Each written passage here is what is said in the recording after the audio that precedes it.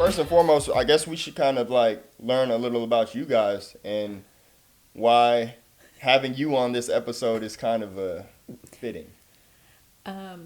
My dating life is a nightmare. I mean, if we want to keep it real, I have plenty of material here. Okay.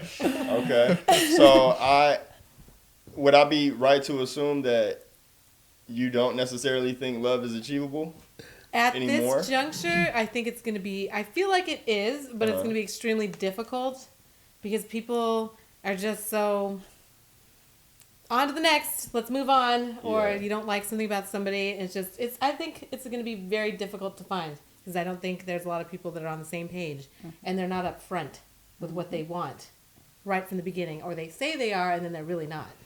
Yeah, I feel you. I feel like people's intentions sometimes don't end up matching with their actions, of course. And it's not always like it's not planned. Like I said, your intentions may be one thing, but for one reason or another, you just end up not really living up to your end of that bargain. And so it's like you might have what you think you want right in front of you, but you'll find every reason not to look at it like it's not what you wanted. Like it can be a slight like personality trait or whatever, and it can be like 1 out of 10 things, like one thing wrong and they've got 10 things right, but that one thing wrong is what we're going to focus on. Yeah. Do you think that's self-sabotage though? I do. It's a never-ending quest for something that I don't know if we can even achieve, like, which is perfection. And I know. it's like the reason why that now has become more of a thing, in my opinion, is because of, we spoke about this off camera, accessibility. Oh, yeah. Too much. If I can get on a dating app and be like, oh, this chick looks good as hell. You know what I'm saying? She fine as hell. Let me see what she's about. And I can get like 3, 4, 5 of those a day. Man. As soon as I'm feeling like I'm not into this one because of one little thing or whatever, it's too easy to be like, well, I can do better. But also, I mean, there's too much ego these days. People people's ego of themselves is way more inflated than what they can actually attain with who they want to be with. So you got a lot of people who are walking around thinking they deserve better than what they can actually bring to the table. Oh, you know what I mean? So that is facts. You got people passing up really good individuals, folks that are on their level that can give them everything that they desire. But because in this generation we got social media, we have this culture of constant affirmation after affirmation of, you know, you're this, you're that, you're like, it's almost like we've taken realism out of dating. Oh, and the reality is we're still people who are at different levels of life. Right. So you can't expect to get a person at a certain level if you can't bring what it is that person can offer. Right. I mean, okay, because now I feel like we're saying like love isn't achievable, and I'm gonna be a little tiny because I feel like it could be. I think I just feel it depends on what you're going for, or not even that. It's more okay. What is your mindset? I definitely feel like expectations kill joy, right? Because I think we're already expecting like this is how they look, they have a good job, they're this, oh, they're older, like, you know, we're thinking all of these factors that have been, you know, we learned if they're older, if they're more mature, you know, it's going to be easier when age does not equal maturity. It does not matter. And I mean, I don't know, because I mean, sadly I listen to a lot of dating podcasts that have helped me through this journey, and a lot of it is the factor of it's like we're shopping for people, you know, like in the sense of we now can say we go on an app, we narrow down like, oh, we don't have children and we're okay with it, and this is the age we're looking for. I mean, we're kind of now compartmentalizing what we could get, right? And then once our mind's like, well, if I didn't get it in this one, then right, there's somebody else.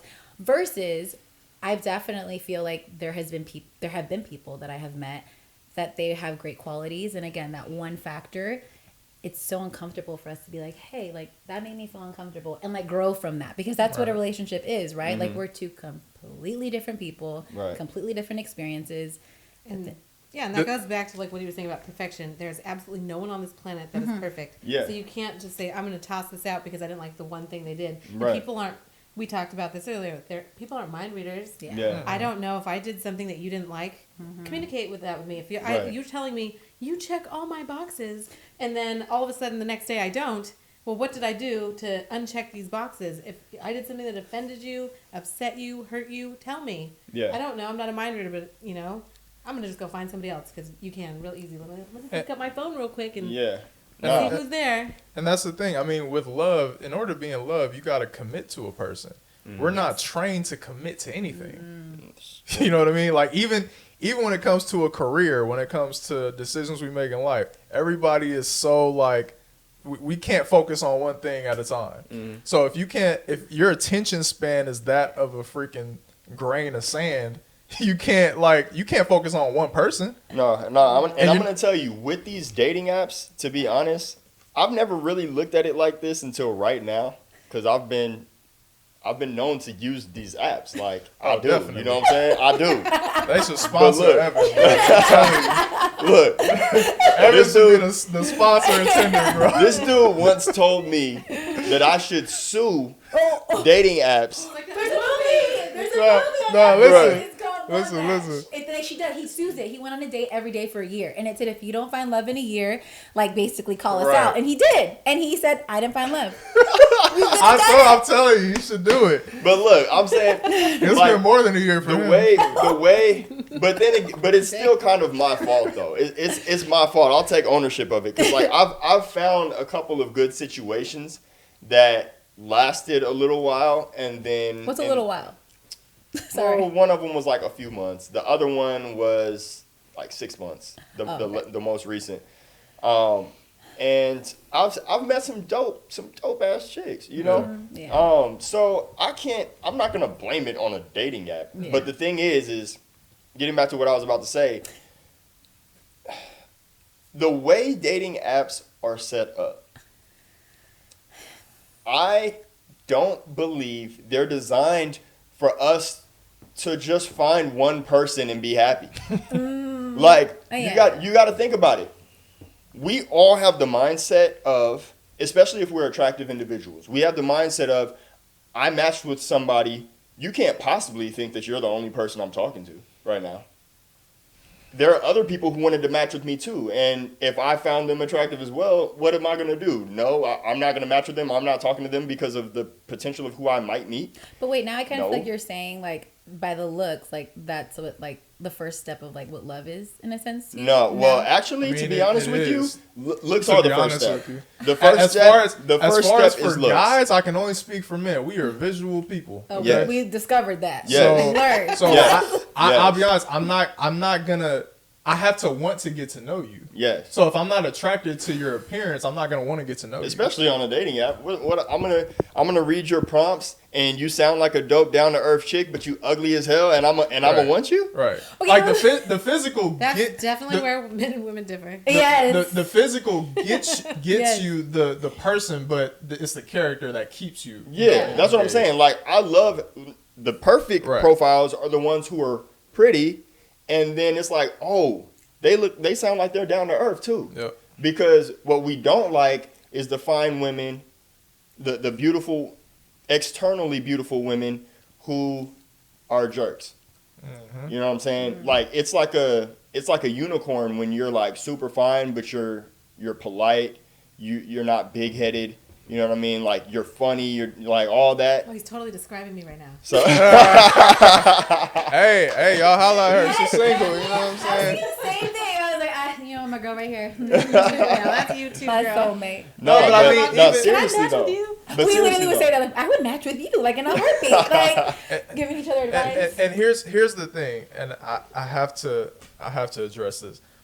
I think that there is an issue in regards to where people see themselves on the pecking order of what gets you a relationship, who decides a relationship. The fact of the matter is, women cannot decide who they want to date. But they try to based on how they look alone. Exactly. Men decide who they want to date. Women decide if we get access to your body. There are really women out here who think that men are supposed to pay their rent because they look good. Okay, Exactly. but that's an absurd. Okay, you're now somehow, possibly from experience, that's what your guys' thought process is. Which is, I understand. Don't get me wrong. There is a lot of experiences. I mean, you see social media, you see the thought of that's what a woman wants. But that's not every woman. If anything, I find it in the sense like I can hold mine. I need a fucking partner. I mean, sorry, I just want a partner. Like if I carry my own, like you carry your own, and hey, if there's moments that I'm able to spoil you, you're able to spoil me, but that comes because of the way I was brought up. Mm-hmm. My parents were a team, and I think that goes back into the love concept. I feel like love is defined so differently for everyone. Yeah. I know for a fact it was different for me when I've been in a relationship since I was like 16, and then I've been single now for over a year. But in that time being from 16 to like 29 now, the thought of love or my understanding of love has changed drastically. So I think that's kind of the key. I think you can find love, but what kind of love? I mean, romantic. I think for me, love is now friendship. Right. Someone understands you, someone that has, respect. Support, loyalty, just honestly, it's someone that's willing to put in the effort and because we're gonna grow. Like for instance, who I am today, I'm not gonna be the same person in 5 years, and I think that's what happens. I feel like when you join the apps, like I jumped on it, one of my close friends downloaded it. I didn't want to do it because again, my outside perspective, like I'm not going to some dating app. Like, what are you talking about? I didn't want to do that either. Yes, and I mean, we did it, and she made the profile, and then I went in with the expectation, little by little, maybe I will find someone. Versus, I think sometimes people will download it, but like, let me just meet some people. Yeah. But I guess what I'm more so referencing is like I see far too many women moving like they get to choose a man. That's not how it works. Men choose the women, and y'all decide if y'all want to be taken. That's seriously how it works. Because a man, you're not asking a man to be your boyfriend. You're not asking a man to marry you. We do that. We control what relationship we want to get in. And the problem is that women are pickier than men are. That's a lie. No, not true. It's very true. They're picky in different ways. I think that we're picky from a physical standpoint. Which that shit's gonna fade. This is true. We're picky from a physical standpoint. Don't get me wrong. I'm also picky. Like I'm not about to date some chick. Well, no, men are different. No, I'm not gonna seriously look. Time out. I'm not gonna seriously date somebody who's working at McDonald's and doesn't have like a plan for their future, right? Right. However, let's be real. Most men, if they found a woman that was cute, working at McDonald's, you'll at least mess with her. Right. You know what I mean? Mm-hmm. Women will look at you working at McDonald's and be like, "Boy, don't even talk to me." Serious. That's all facts. For real. All facts. Now, like I said, I mean, I won't date you so that just goes back to what men and women are usually like. We value different things. What we value, but what we're looking for as well. But even then, women put a prize on their area. If you know what I'm saying. I don't know what type of women you be dating. Look, I was like, you guys need to step out of the bubble. This is not everyone. This man has dated a lot. He knows. I've dated a lot. Women put a prize on it. Women put a prize on it. Okay. Women put a prize on it. Well, trauma here. If you're not meeting a certain expectation, you'll never get that. For a man, all you gotta meet is this expectation. That is such. No offense. I'm gonna go completely against you because point being, I think yes, having a good career. It's almost like, hey, I worked my butt off. Like, what do you bring to the table? I respect that, but I also think I have dated very educated, well-off men. They're older. They have their shit together.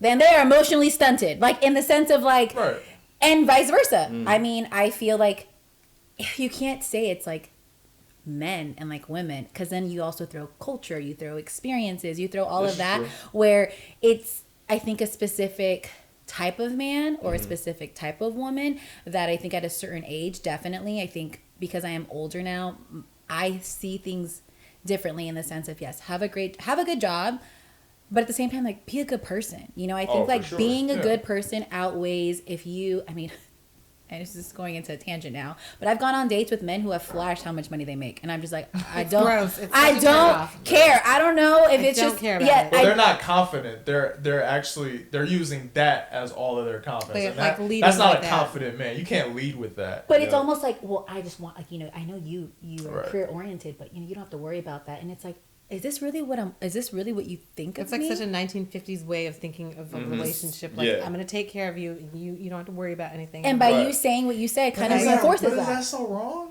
Okay, Let me ask y'all I've been around the block 100 times. It doesn't reinforce that. I've been married and divorced. I had an amazing job. I made more money than my ex-husband, and he started making good money, and he was like, and shout out to you for that. Thank you. Cool, you know. But he was like, I want you to quit your job because, you know, you're not home enough, blah, blah, blah. And I went, I stepped down, I took a job making no money so I could be home more often. And then he left me.